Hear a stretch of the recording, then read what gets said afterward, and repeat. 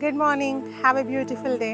ప్రియ సహోదరి సహోదరుడా, మనందరము కూడా మన జీవితంలో ఏదో ఒకసారి తప్పుడు నిర్ణయాలు తీసుకొని ఉండొచ్చు. దాని గురించి ఈరోజు వరకు కూడా బాధపడుతూ ఉండొచ్చు.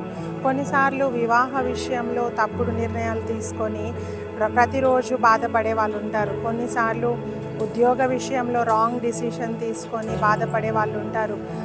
ఫైనాన్సెస్ విషయంలో, ఆర్థిక పరమైన విషయాలలో కూడా తప్పుడు నిర్ణయాలు తీసుకొని రోజు బాధపడే వాళ్ళు ఉంటారు. నేను ఆ డబ్బులు ఆ విధంగా వృధా చేయకుండా ఉండేదుండే అని కొంతమంది బాధపడుతూ ఉంటారు. కొంతమంది నేను వివాహం చేసుకున్నాక నేను చాలా శ్రమలు అనుభవిస్తూ ఉన్నానని ఆ విధంగా కూడా బాధపడే వాళ్ళు చాలామంది ఉన్నారు. ఉద్యోగ విషయంలో చూస్తే నేను ఇటువంటి ఉద్యోగం ఎందుకు చేస్తున్నానని ఆలోచించే వాళ్ళు చాలామంది ఉంటారు.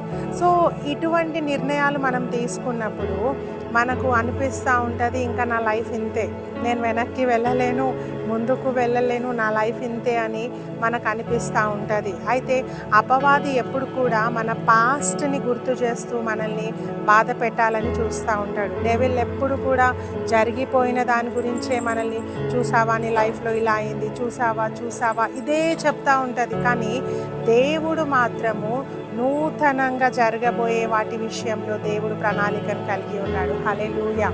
దేవుడు మన ఫ్యూచర్ గురించి ఆలోచిస్తూ ఉన్నాడు. అపవాది మన పాస్ట్ని ఊరికే మనకు గుర్తు చేస్తూ ఉంటుంది. వాక్యం చెప్తా ఉంది, యెషయా గ్రంథము 43:19, ఇదిగో నేను ఒక నూతన క్రియను చేయుచున్నాను, ఇప్పుడే అది మొలుచును, మీరు దానిని ఆలోచింపరా?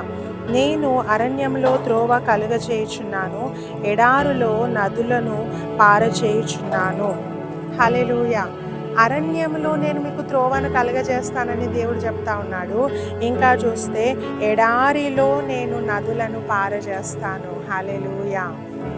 ఎడారి వంటి నీ జీవితము, ఇంకా ముందుకు వెళ్ళలేని పరిస్థితి, వెనక వెళ్ళలేని పరిస్థితి, ఆగిపోయిన మన జీవితాలకు దేవుడు ఇస్తున్న గొప్ప నిరీక్షణ ఏంటంటే, నీ లైఫ్లో నేను నదులను పారజేస్తాను, నీ లైఫ్లో నూతన కార్యాలు, నూతనమైన అద్భుతాలు నేను చేస్తానని దేవుడు వాగ్దానం చేస్తూ ఉన్నాడు. ఈరోజు నువ్వు ఆయన వాగ్దానాన్ని నమ్మితే ఆయన నీ జీవితంలో నూతన క్రియను చేయబోతా ఉన్నాడు.